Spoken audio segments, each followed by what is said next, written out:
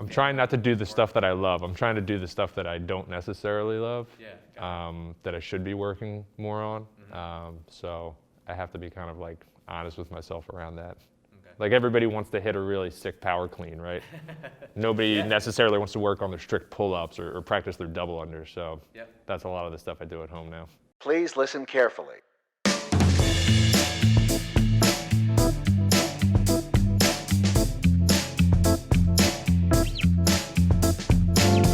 Let's talk about maybe where you grew up and kind of everything leading up to, let's say, fitness, CrossFit. Obviously, we'll talk about the Phoenix, but maybe give people a little bit of background. Yeah, sure thing. So I grew up not too far from your facility. I grew up in Glenside, and we actually, I attended Villanova. We overlapped at the same time, which we were talking earlier about having a lot of mutual contacts over the years, and this is the first time we're getting a chance to meet face to face. So it's a great opportunity to finally sit down and talk to you. In terms of fitness background, I was never really very athletic or into sports at all growing up. I was very short for most of my young age, and then I kind of hit my growth spurt right around my teen years, and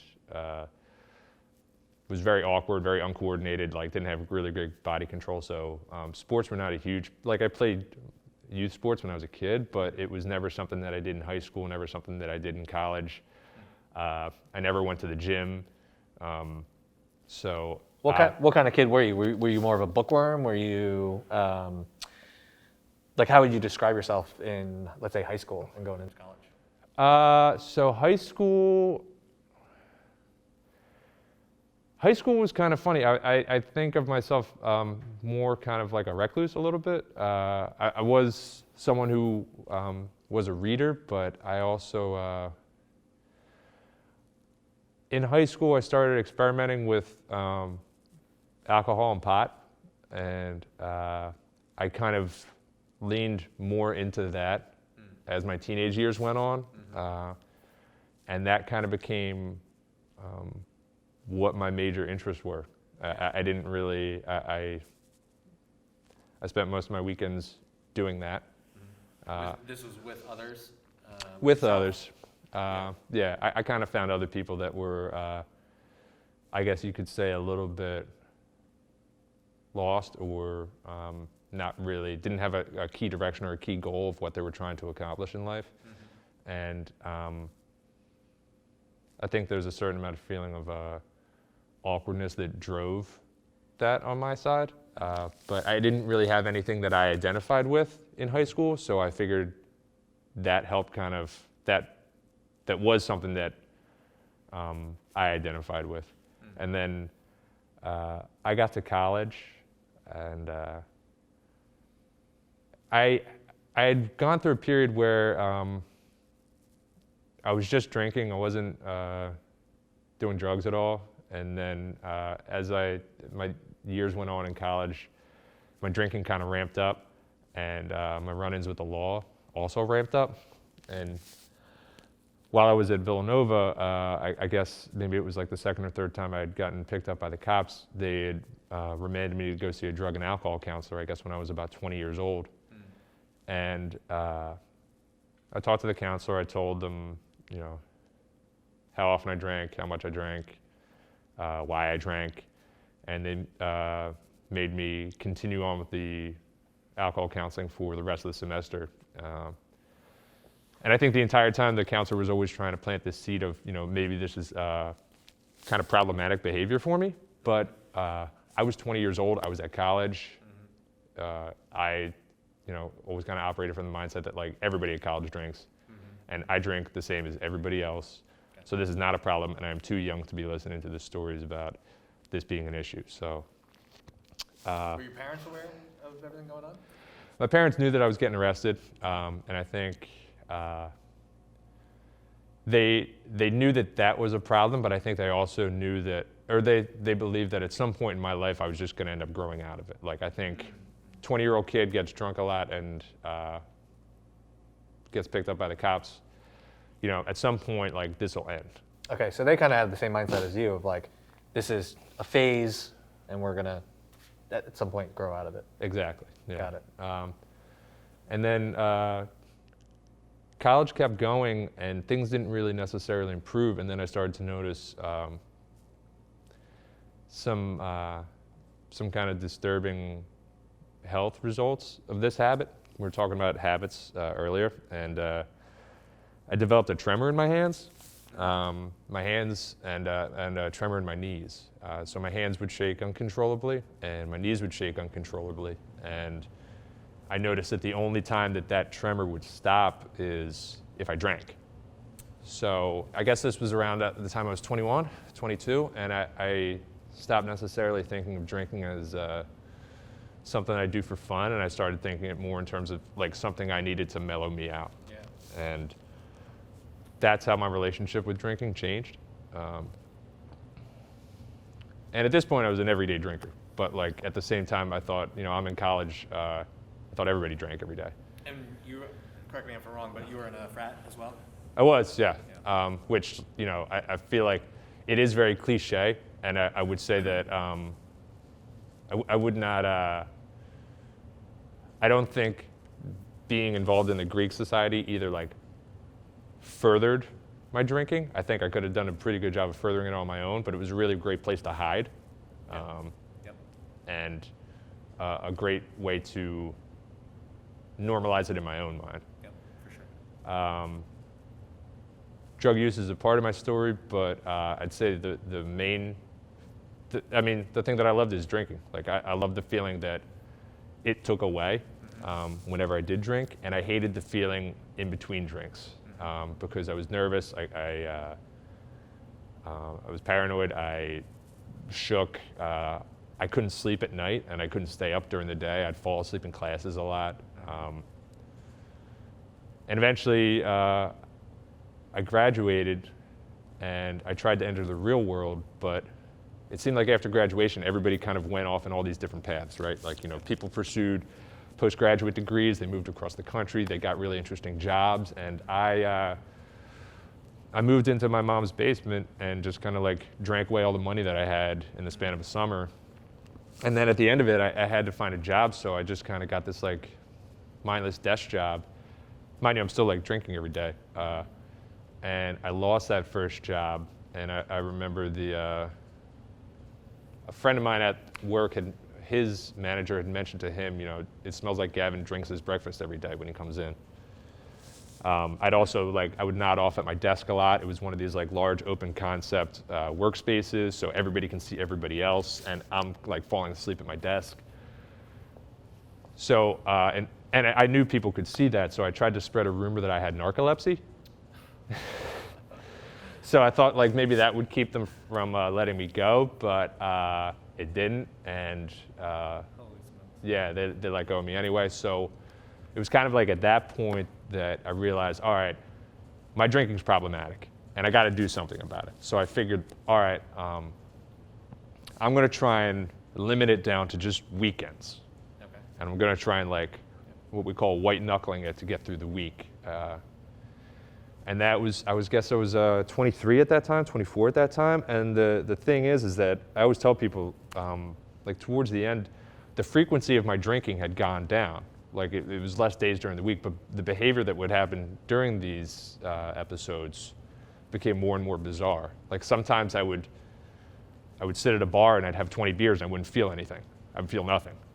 And then like the next day I could have one, and then all of a sudden I couldn't stand up. I had trouble keeping down food. I had a lot of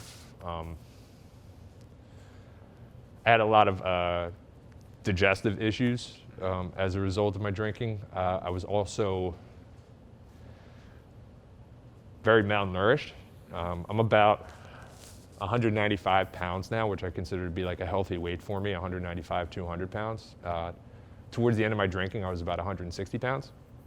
So yeah, I was just kind of like, because you're like 6'2". 6'2". Yeah. So I kind of looked very, very thin, very frail, and very weak. Drunk driving was a big part of my story. Blackouts were a big part of my story.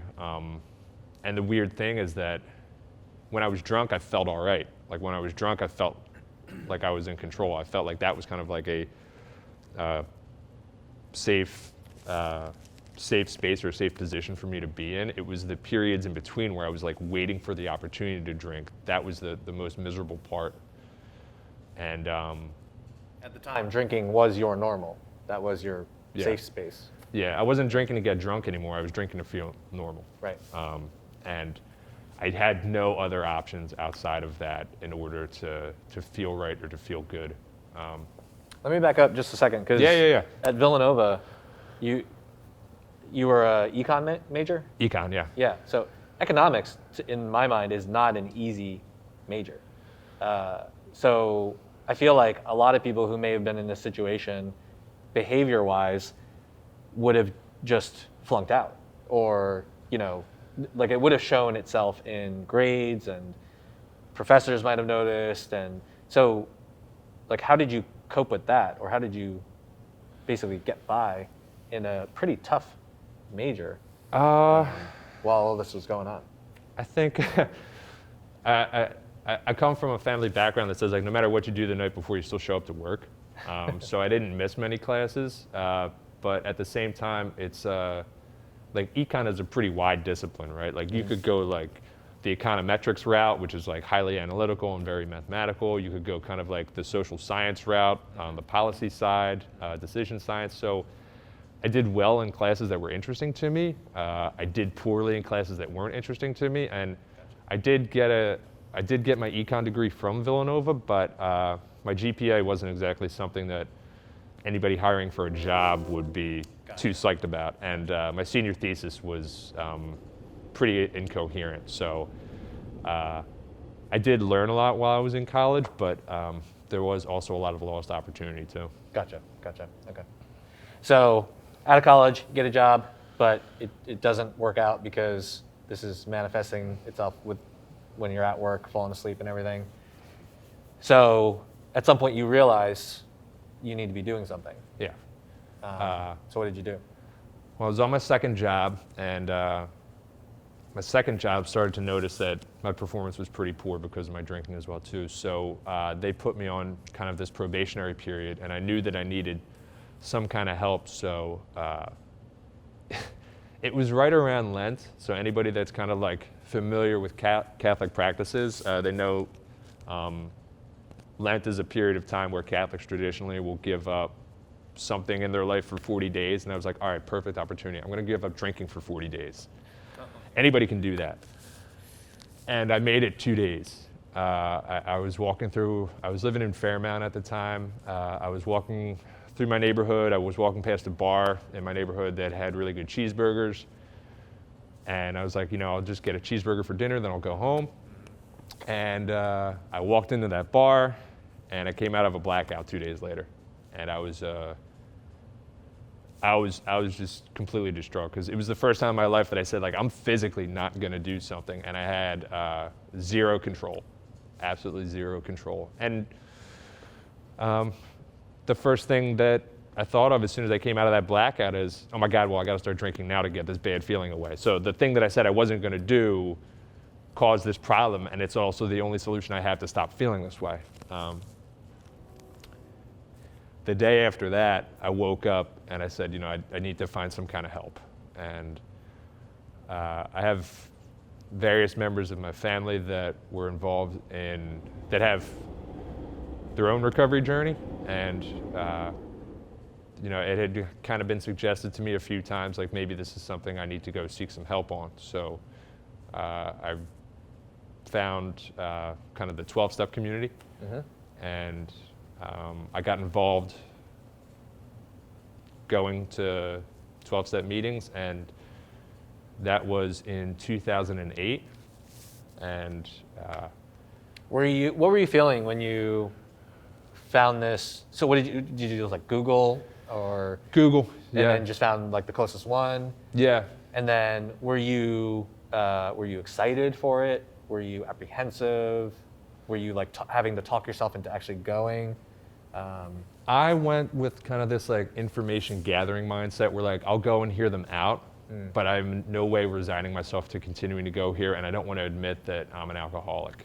Yeah, So I was got it. like, you know what, I'm 25 years old, I'm too young for this. Yep. In my mind, I had an idea of like what an alcoholic looked like.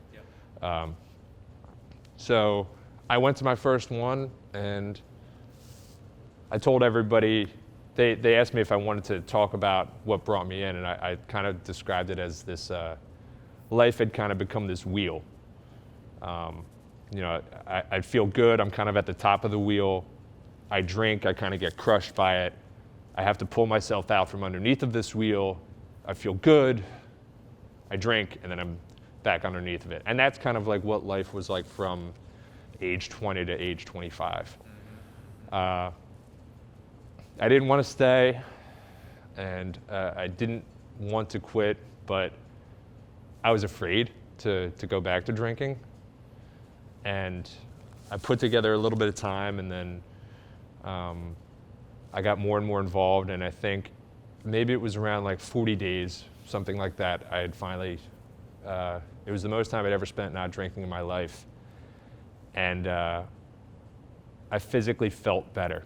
And I listened to some other people talk and share their story.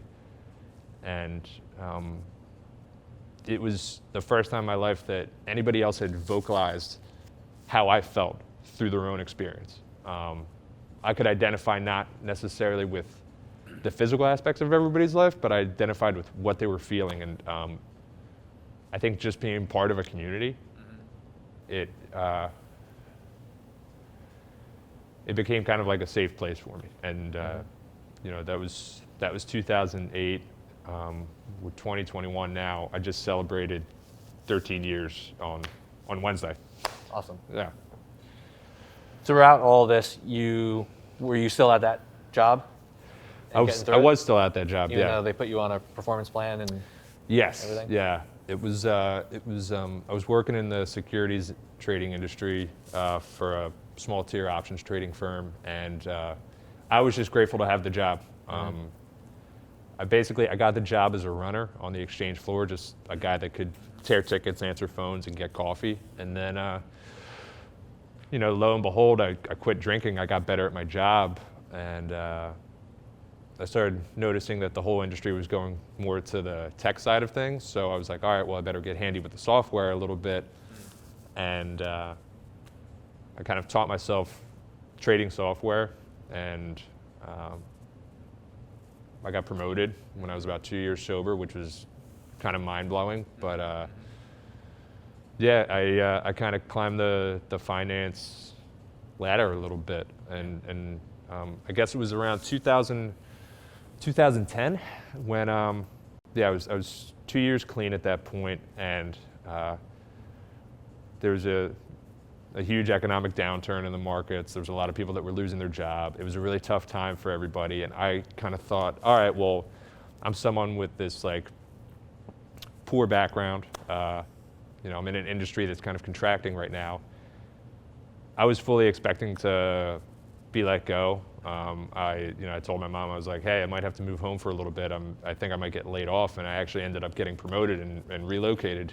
So I was kind of experiencing the immediate benefits of getting sober, you know, being worthwhile on a job, and I moved out to Chicago in 2010, and Chicago was actually where I started to get involved in CrossFit. So when I got sober, I found a lot of other guys that were just going to the gym, and they would just do like biceps and skull crushers. You know, bench press, and that was about it. Never trained legs, never do cardio.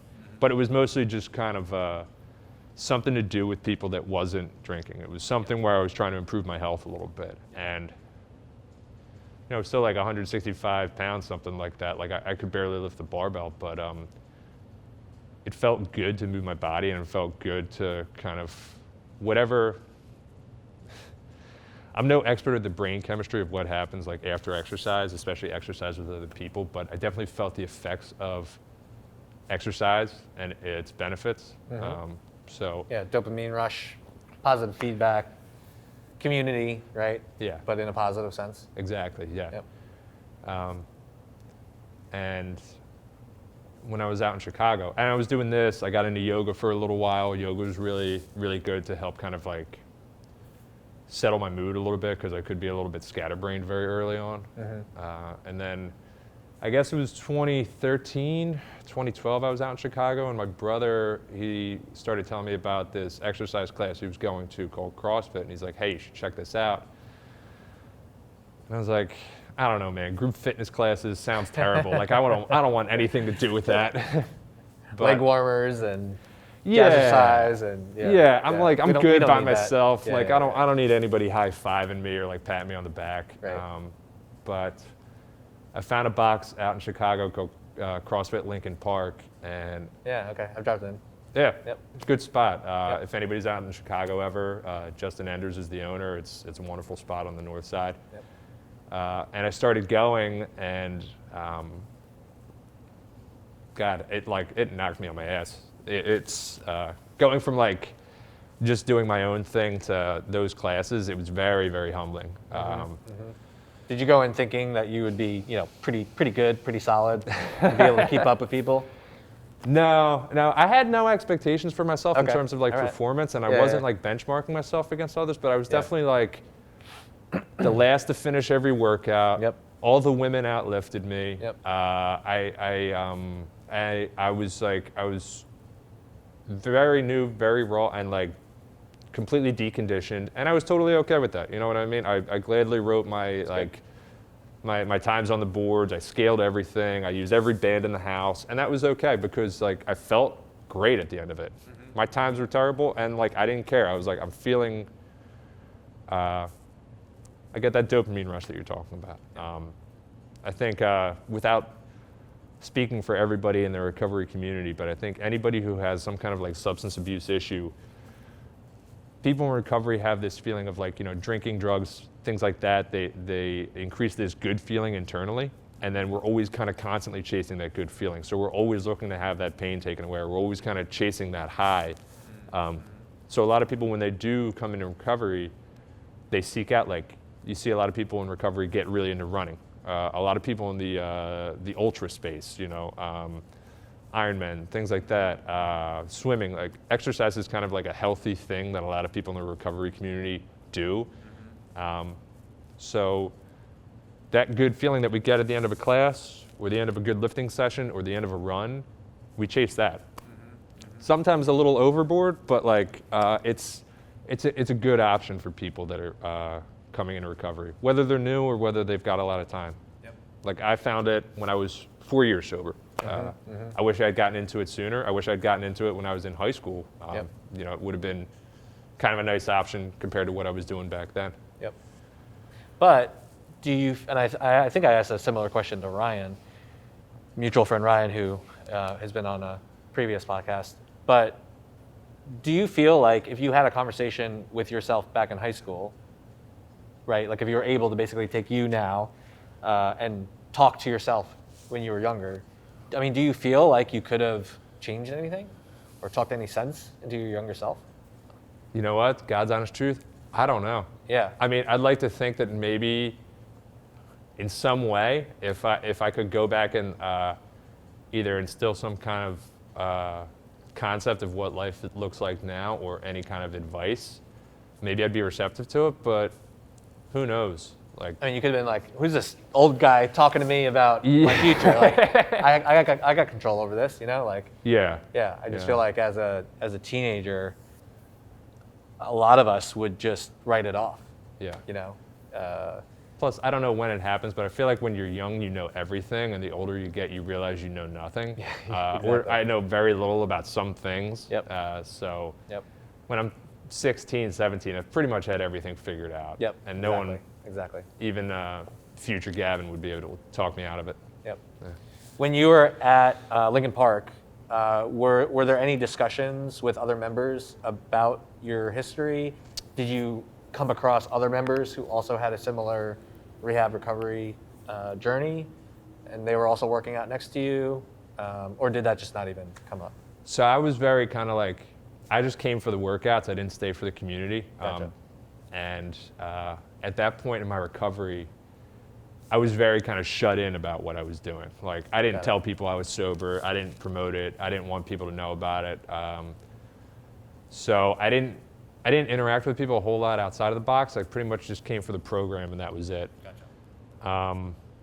It was around this time, and this kind of dovetails into a topic I'm sure we're going to talk about, but I got an article sent to me about a nonprofit called what was then Phoenix Multisport that was based out of Colorado, and the founder of this nonprofit, this guy Scott Strode, who created this sober gym community out in the Denver Boulder area. And it was essentially a gym for people in recovery. Anybody that was 48 hours clean could come and participate, and they did group fitness classes, boxing, hiking, mountain biking, stuff like that. And I listened to his TED Talk.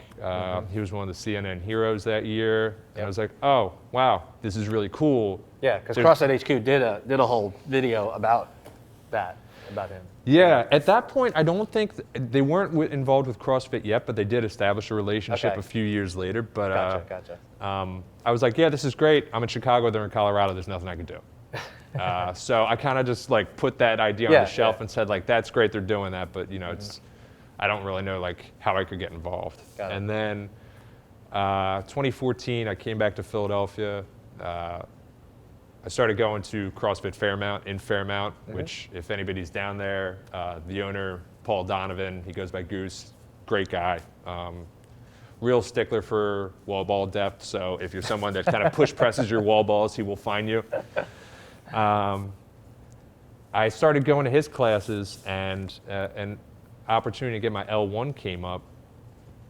And I'd never really thought of myself as someone who could coach other individuals, but I'd been going to CrossFit for a little while. I started to get a little bit more confident in what I was doing. So I went and got my L1 on a whim, and then I didn't really know why I did it, but he had mentioned to me, he's like, well, you have your L1, I'm looking for, at this point he had been open for maybe under a year, he's like, I'm looking for someone else to come help coach. Why don't you shadow me?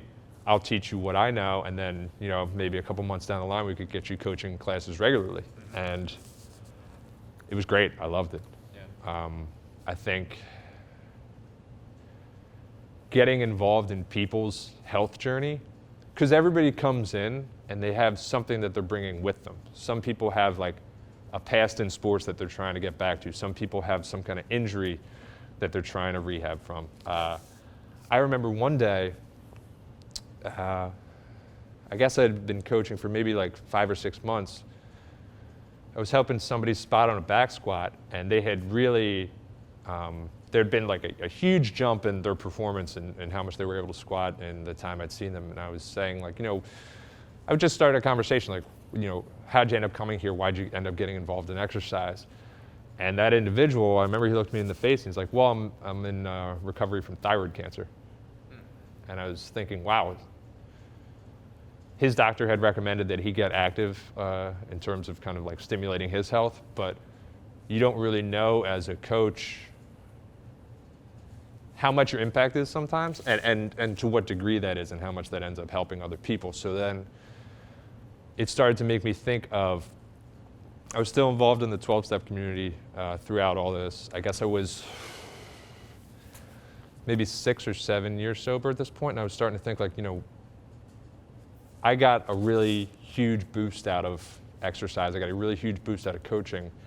Are there other people that are kind of like me that would be interested in doing this too? So I started getting people I know from 12-step meetings and trying to get them to drop in, try a couple classes. Some stuck, some didn't. And it was right around the same time that that nonprofit that I'd mentioned to you, the Phoenix, they had started a chapter in Philadelphia that was run out of Fearless Athletics in South Philadelphia. And the owner of Fearless, Will Vicinus, and another friend of mine, Melody Schofield, they were standing the program up, and I was interested. I wanted to check out what was going on, and I just asked if I could come around and help out in any way possible.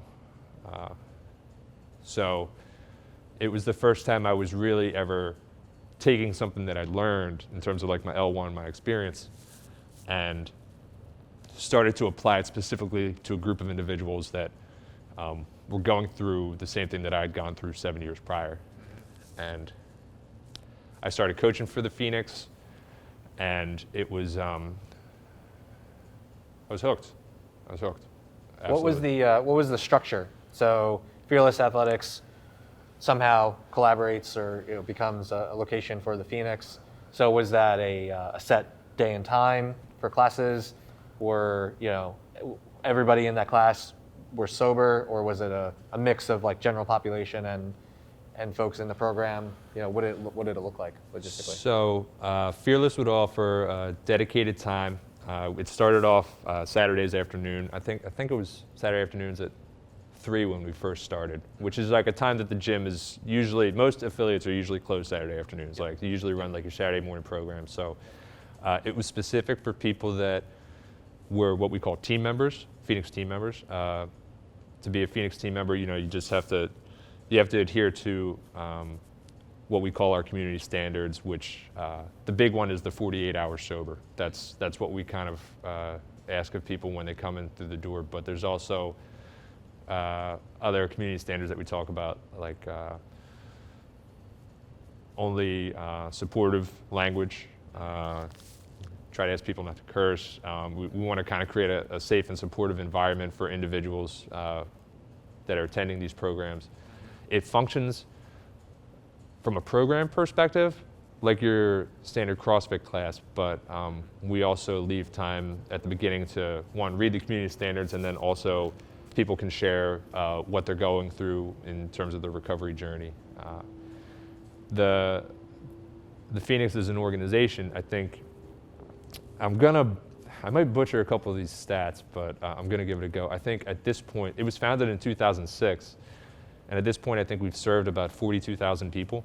Wow. And we have a presence in 23 states and 44 communities within those 23 states. And I only say that just to answer your question about like how it functions with each location. It really kind of varies from location to location. So we have a couple buildings that we own. Our two kind of like what I'd consider like flagship buildings are located in Denver and in Boston. Mm-hmm. And those we can run programs, 7 days a week, and whenever we want to. And it's not just CrossFit. It's not just bunch of CrossFit. different Yeah, activities. we do rock climbing, we do yoga, we do meditation. We've expanded into a lot of other things now. Dance classes, book clubs. We're currently launching a music program this year. Cool. So I think when we first started out, people looked at it as like, oh, it's a sober gym. But we started to realize, if somebody PRs their back squat or they get their first ring muscle up or something like that, that's great. But what we're really selling is connection to a community. And if that's what, and I shouldn't say selling because the programs are free for anybody to attend. But our bread and butter has always been that connection to the community. And whether that takes shape in terms of attending a yoga class, a guided meditation, if you want to do Fran, like whatever, we just wanted to kind of create the environment, and then whatever shape or modality that takes, we're willing to lean into. So the majority of our CrossFit offering though is partnering with local affiliates. If they have an open time slot or if they have space where they can kind of run concentric classes, we'll take them up on the offer to run our programming out of their facility. If they have people with their L1 that have an eye towards community service, we'll light them up as what we consider like a volunteer coach, and then they could run our programs. But yeah, any gym owner across the country that kind of aligns with our mission, if they have interest in standing up our programs, we can talk to them about doing so. Initially, when we first started up, kind of volunteer activation was very in-person driven. We'd have someone either fly or drive out to that location to help kind of get things started a little bit. And now, through everything that's gone on in 2020, we realized that virtually, if we're able to do this from across the country, it kind of helps expedite the process a little bit. And I did mention earlier how our bread and butter has always been kind of our in-person programming, but one of the things we realized as an organization, I guess about a year and a half ago, is that there's a lot of communities where we don't have a physical presence yet. How do we reach those individuals? So we came up with this idea of, what if we started running virtual classes? And we came into 2020 with the eye of, all right, this year we'll pilot this idea of a virtual class and see what happens. And then COVID happened, and everything got shut down. And within the span of a week, we were able to stand up our virtual offering from our website. 'Cause And you were already thinking about it, and then it just kind of happened. yeah, The ideal setup anyway. yeah, I realized it's a very tough year for everybody. So it was kind of serendipitous for us that it happened when it did, because I think the initial plan was to kind of slow roll the offering, and then when it became kind of our only offering, it's like, all right, well, let's lean very hard into this. And then now I think we offer, I want to say 140 virtual classes a week. Wow. No, wait, maybe 120, but it's about 8 to 9 classes every single day. And it goes from, your community fitness classes, interval training, guided meditation, yoga, socials, whatever. But every single day from sun up to sundown, people can go on our website and access our virtual classes. Can you back up and Sure. talk about Scott Strode and how the Phoenix even came to existence? Sure.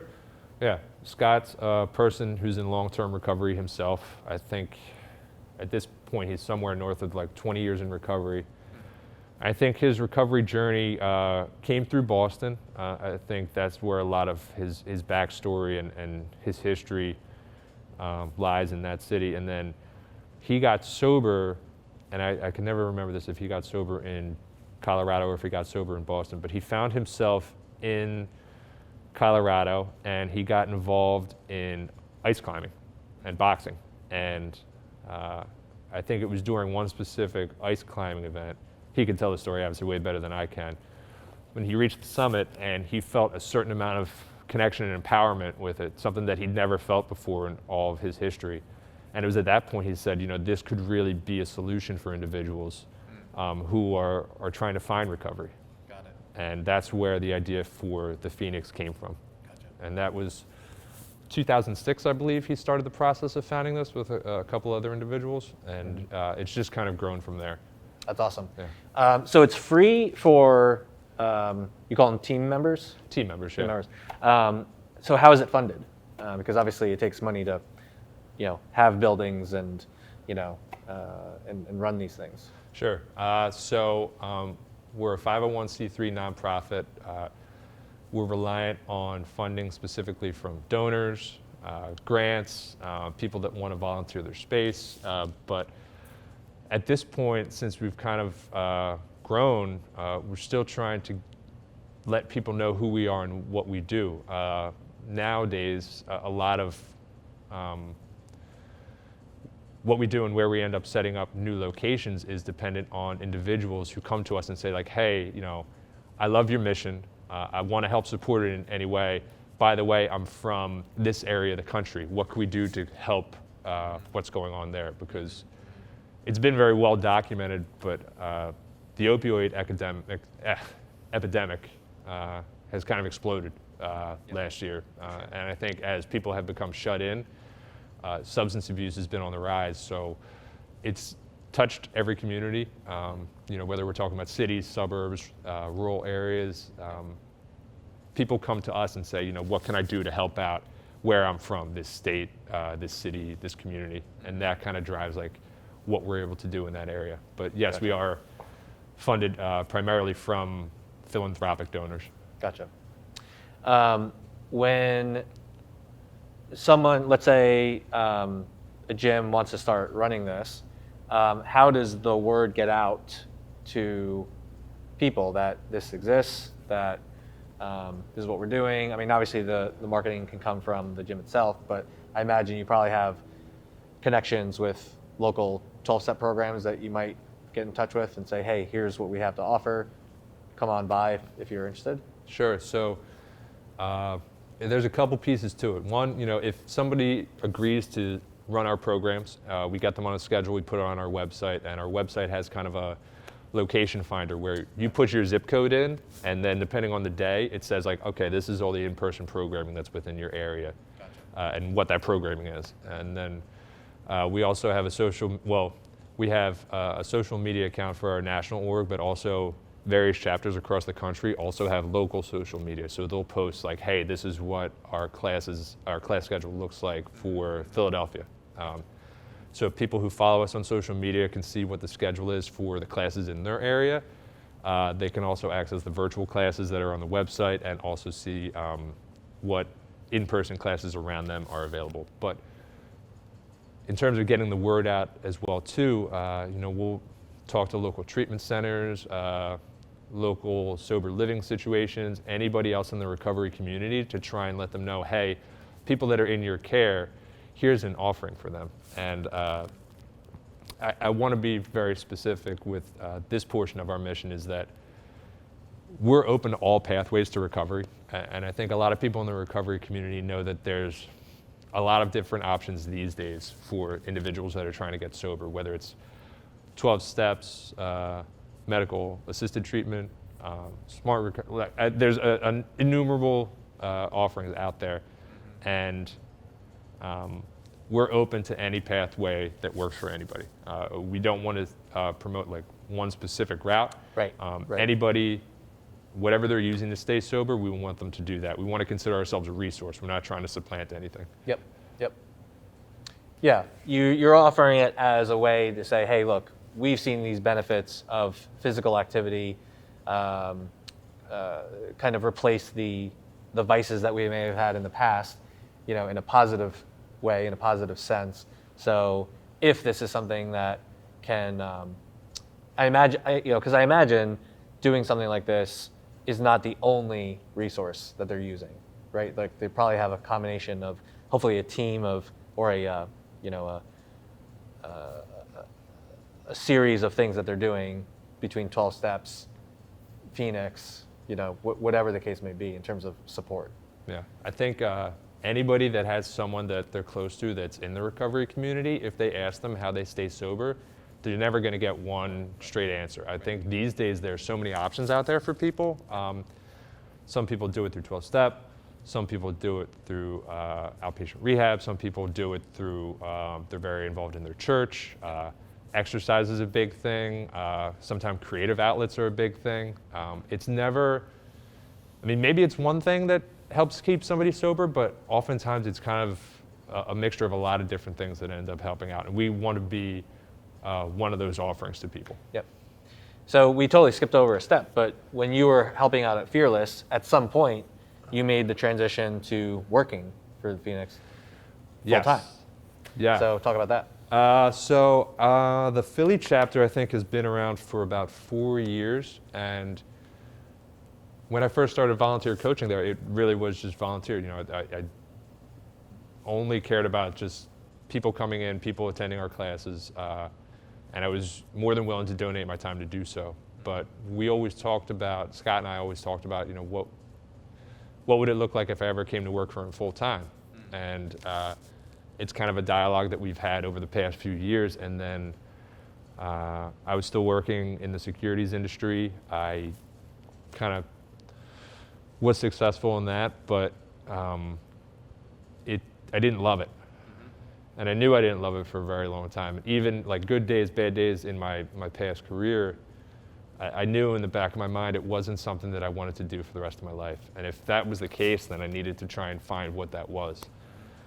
And then Scott and the leadership team at the Phoenix approached me last year for an opportunity to run their partnerships from a national level and help out from that perspective. And the opportunity came my way. I talked it over with my wife. It was, at that point, we had just moved out to the suburbs. We had a daughter.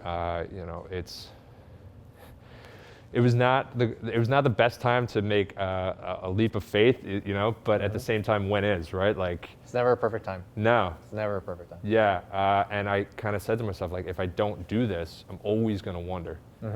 And I I said yes, and I came on board to work for them full time last August. Nice. So I mean, I don't know if this went through your mind, but like, to me, hearing that, it's like the worst case is that you try it, it doesn't meet your expectations or it doesn't meet your needs, and you go back into either securities because you have a history of that and then figure something out, or I feel like there is a risk in trying something new, but for a lot of people, the risk of not even trying it is worse. yeah. I mean, I do think there's a lot of people that are afraid of taking that leap or trying something completely different. So it does keep them from that. But it sounds like you're a lot like me in the sense of you would rather try it and then just figure it out or, pivot when needed than live with the regret of not even knowing what would have happened. Yeah, and I think that's the mindset I think people should take with a lot of things that they try in their life, is that if it seems like a risk, and a calculated risk at best, you want to know. You want to know, and it's not like making that decision is going to set you off on this like horrible path for the rest of your life. Right. I knew going into this, I could take this role, and then if it doesn't work, that's okay. Like I can go back to my previous industry. Like that's something that's still going to be an option later on down the road. Yep. But if I don't say yes now, this opportunity might not come up again. So I would rather try it and then know, rather than always kind of wonder. Yep. And that's something that I feel like, I've followed along with your own story with how you ended up starting your business. And it sounds like you had that foresight very early on. I feel like a lot of people in their 20s probably don't have, and I wish they did, because you can kind of make those risks very early before life gets complicated. But at the same time, I want to point out that, at no point in your life are you too old or too entrenched in what you're doing to make a change or take a risk. And I think people should always kind of keep that in the back of their mind if they're asking themselves those questions. Yeah, Gary Vaynerchuk talks about that a lot. I don't agree with everything he says, but his message of, look, even if you're, let's say, 50 years old, you still have around 30 years of your life left. Like, that's a long freaking time, right? And it's like, it's really never too late to try something. It doesn't have to be necessarily all in if that's not what your calculated risk says, right? But it can be, a side hustle, a hobby, at least try a little bit. Like, so many people hold themselves back from even taking a step because of what they think in their head is going to be a huge risk. Yeah. When almost always it's really not as bad as it seems. Yeah, I think anybody that's looking at a possible career change always thinks of it in terms of compensation for what they're currently doing, and then like, oh, how do I jump into something new and make the same compensation? And the answer is usually, it'll be tough to find if you're not doing anything, but like my own situation with Phoenix, I started just volunteering for free because I liked the mission. I didn't care about like compensation or anything like that. And once you get started doing something that you enjoy doing, regardless of what you're doing, if you can do that while you're still doing your previous career, that's great. Go for it, because then that kind of gets you in the act. Yep. And then once you're in the act and kind of building up experience doing that, then it's easier to make that transition. Yep. If you go from just doing one thing all the time to doing the next thing, it's a little bit tougher, but if you kind of take small incremental steps to get there, it makes it way easier. Yep, for sure. So looking back at your journey, is there anything that you would have, I don't know, do different is not really the intention, but is there something along the way that you could have realized sooner in terms of what you were looking for or what you wanted to do? I mean, it's kind of funny, right? Because like all missteps lead to a little bit of wisdom, and that ends up kind of informing your decisions later on in life. And at the same time, if I had, again, me telling me what to do, I wouldn't really be getting that wisdom. I'd just be kind of like blindly listening to some future version of myself. But I think I really wish I didn't have so much fear about change early on. And at the same time, who knows, maybe all that stored up fear about making a change over the years is what made me eventually take this leap now. But Yeah, I really, I mean, this is going to be kind of a stretch, right? But like the COVID thing, right? How it impacts local affiliate owners. It's a tough time for a lot of businesses in general, but at the same time, you know, you take away the in-person offering that a lot of affiliate owners have, and there's a ton of fear around that. What can you do? You can't control the circumstances, so you end up leading into virtual classes, equipment loan out, programming at-home workouts for people a little bit. If people operate from a position of fear is invisible. Fear isn't actually anything. It's just, it's a construct, and it's preventing us from doing a lot of things that, or just not even like wholesale change, but just small incremental things that we can try and do differently. So I guess that's the only thing that I wish I had known prior, but then again, time is wisdom. Like, you know, I probably wouldn't have known that. So I'm a big fan of reading books and whatnot. So are there books in your life that stand out to you as either ones that you would recommend to really anybody out there to read, or ones that for you made a big impact on you?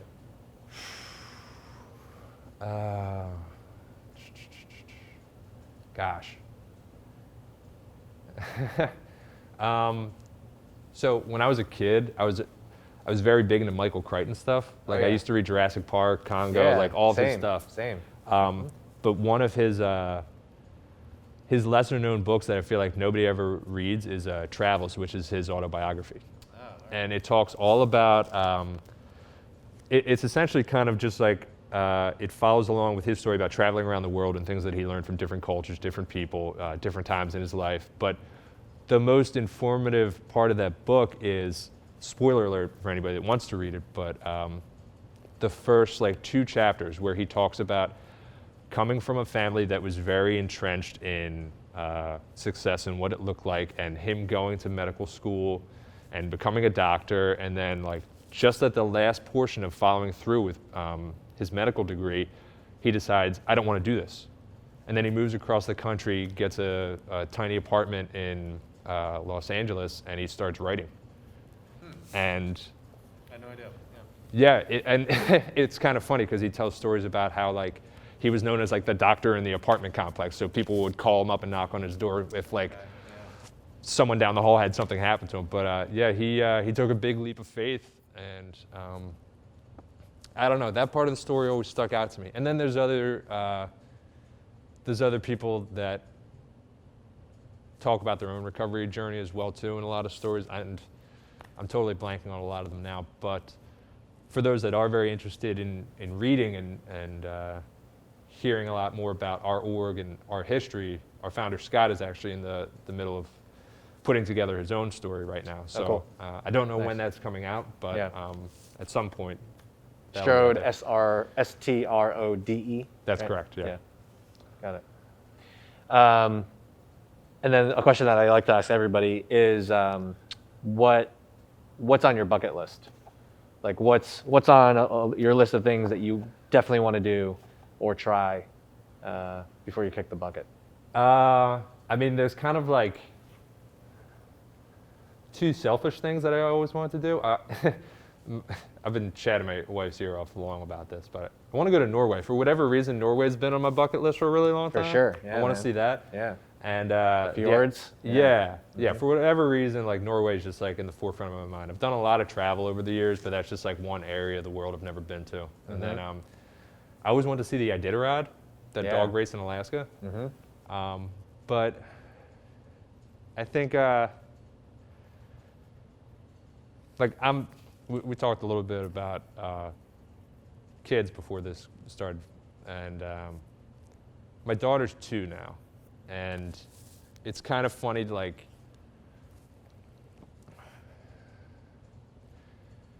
every big plan I've ever really had for myself, I could always like it was always kind of like a concrete or a contextual thing. I guess I really want to try and impart as much as I know and try and help her in her life journey a little bit. I don't really have a very succinct way of putting it together, but I think once you become a parent, it kind of changes your perspective in terms of service. Because being a parent is kind of like operating from a position of service. You're always kind of deprioritizing your own wants and needs and putting your child's first. So I don't really have a set idea of what that looks like long term, but I want to always try to be cognizant of it, depending on the decisions I end up making in my life. Yeah, I love that. And we were talking about it prior, but you had a little bit of a scare, kind of through CrossFit, but because of that, you ended up finding out something health-wise. So you want to go through that? Sure. Yeah. So this was, I guess, 3 years ago. CrossFit Fairmount was having just like an in-house competition, just like, throw a couple wads together on a Saturday, everybody partner up and see how they do. And there was rope climbs in one of the events, and I have this this sleeve that I always wear on my leg to help with rope burn. But for whatever reason, it wasn't in my gym bag that day. I couldn't find it. So I had to do the rope climbs with just ankle socks, which basically you're going to get like kind of a rope burn around your ankle. Oh, yeah. For sure. So a couple days go past and I end up getting kind of a bump right on my hip. And I talked to a couple friends of mine in the medical community, and they're like, yeah, it looks like an inflamed lymph node. It can happen sometimes when there's an abrasion or anything on one of the appendages. If it gets infected, the lymph nodes get inflamed because they're trying to fight off infection. And I'm probably butchering the medical side of this a little bit, but that's kind of like the Cliff Notes version that it probably happened because of the rope climb. It's probably no big deal. And then a friend of mine said, like, well, maybe you have a hernia. And then I was like, oh, God, I hope this is not a hernia. He's like, well, you should probably go get checked out, maybe get like an ultrasound or something like that. So I end up going just to get a scan, just to get it checked out. And then they kind of scan like the whole area of the abdomen. And then the radiologist comes in and she says, there's a mass in your testicle, and you have to go see a urologist tomorrow. And Just straight up like that, just out of nowhere. yeah, and I'm like, I don't know what to think, because it's another one of those things like the conversation I had when I was 20 about probably having a problem with alcohol. It's like, no, I'm too young. Like, at this point, I was kind of like at my peak health. Like I was eating well, I was exercising all the time. I kind of thought I was in like the best shape of my life, and then all of a sudden this happens. I'm kind of like, no, there's somebody else in another room that you should be giving this news to. I'm not the person that should be getting this news. And then I went to go see a urologist, and it turned out I had testicular cancer. And I just broke down crying. I didn't really know like what that meant, I had to have surgery that week. I had to have an orchiectomy, which is they remove one of the testicles. And I found out afterwards, I kind of thought when they posed the idea of surgery to me that it was going to be like, all right, well, maybe I get to keep it. But no, like they had to remove the whole thing. It was basically just an entire tumor. And the thing that they needed to do afterwards is they needed to do a CAT scan to see where else in my body it could go. Because anybody that's familiar with TC, it's very common. It's the most common form of cancer in men ages 25 to 35, I believe, with an average diagnosis right around age 33. But the thing is that mortality rates are very low because it's a very slow-moving cancer. So if it's detected very early, there's a lot of things that they can do. But as it expands, it can travel to other parts of the aortic cavity. So you can hear people that have like TC and then it shows up in their lungs or wherever. I got very lucky in the fact that we managed to catch it early, and I'm now 3 years cancer-free. I still do scans regularly just to see if it comes back, but a rope burn got me to go get checked out, and now I try to tell as many men that I know about it because there's just not a lot of awareness around it. I think mortality rates would be even lower if there was just enough information out there for young men to talk to their doctors about. And I don't like to preach too much about this a little bit, but I think, especially as men, we're kind of like break fix in terms of our approach to health and seeking a doctor. Like if I break an arm, I'm gonna go seek a doctor to get it fixed, but I'm not gonna go to the doctor when I feel well, because why? And then this kind of changed my perspective of, you have to kind of take an active participation in your health. And that goes for men and women, have a relationship with a primary care doctor, go to get checked up regularly. Maybe this would have shown up sooner if I was regularly going to the doctor, but yeah, I kind of try to impart that knowledge a little bit, because I think at a certain point, everybody thinks they're bulletproof a little bit. And then something like that made me feel very human. And this is what the Movember project was kind of founded for, or Yeah. to support, right? Yeah, we ended up doing a fundraiser to help those guys out. A bunch of people, again, Goose at CrossFit Fairmount hosted Murph for Men's Health Awareness. We raised a bunch of money for testicular cancer research, which was great. Yeah, it's still something that's very near and dear to me. So, Cool. yeah. Some crazy life experiences. Yeah, I'm trying to keep things normal for at least a year or two, but Throw a pandemic in there, and Yeah, You yeah. gotta- And then even the pandemic happened. My wife and I both changed careers. We bought and sold a house. We moved out to the suburbs. So like every single year, it's like something else is coming along. But while raising a toddler. yeah, while raising a toddler. So Yeah. at some point, I'll have like a relaxing year. But Yeah. I don't know if 2021 is going to be it either. Is there anything coming up in 2021 or in the future that you have said in terms of like something you're looking forward to, or are we just kind of like trying to maintain as even keel as possible right now and just kind of letting things open back up as they do?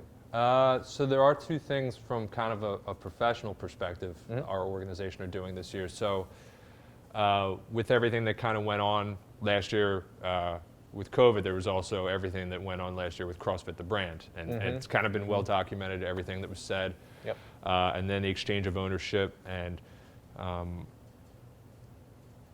the leadership at CrossFit now, Eric specifically, has been talking to us about serving individuals who currently don't have access to CrossFit programming with a specific skew towards DEI issues. And for anybody that doesn't know, that's diversity, equity, and inclusion. And we came to him with an idea of this concept of a CrossFit community center. And essentially what that would be is a building that Phoenix would own, and we would run our Phoenix programs out of, but we would also open the doors to that building to other CrossFit-based nonprofits that are kind of like-minded in mission, but not necessarily the individuals that we serve. So we're kind of in the early stages of building that out, but right now it's looking like Boston. Our location in Boston is going to kind of be like the pilot site for that. Yeah. And we're also working on procuring space out in Detroit. So we're in early negotiations with a lot of other nonprofits to see like what they're able to do, if they're able to stand up programs in both of those sites and invite them into the space. So if anybody knows of any nonprofits that kind of align with that goal, if they use CrossFit as their method, that's great. If they skew more towards like any other kind of movement methodology, we're open to that as well too. But yeah, we're looking for partners in kind of creating this community center atmosphere. And then at the same time, we're still trying to grow programs in Philly. We still have a relationship with Fearless. They let us run classes 3 times a week. But we're also keen to somewhere down the road possibly procuring a physical building within Philadelphia. And I think it would take a commitment from an angel investor that would be very aligned with the success of us coming to Philadelphia, but that's still a goal. I think Philly is one of those cities that's been hit really hard by the drug epidemic prior to COVID, and it hasn't gotten any better during COVID. So there's still a huge need in this area, and we'd love to be able to serve Philly and also the surrounding communities just outside the city as well too. Cool. Yeah, I mean, we'll definitely share all of this so that hopefully someone seeing this maybe has a connection to someone, so that we can figure it out. Obviously, Philly's I don't know about the epicenter, but there's a lot of problems going on. So how can people learn more about the Phoenix, about you? Where can people go if they're watching this and they're like, I want to learn more? Sure. If they're interested in learning about classes, donating, our history, it's all on our website at thephoenix.org. And if you want to reach out to me directly, you can email me. My email address is gyoung@thephoenix.org. Cool. Awesome. Thanks for coming in and talking about it. I feel like this is something that the more we can create awareness, the better off, even just from a fact of people being able to empathize with kind of a population that may be somewhat in the shadows, but I feel like really needs some light shined upon. So. Yeah, this is a great opportunity. Thanks for having me, and thanks for giving me the chance to talk about this. Of course. Please listen carefully.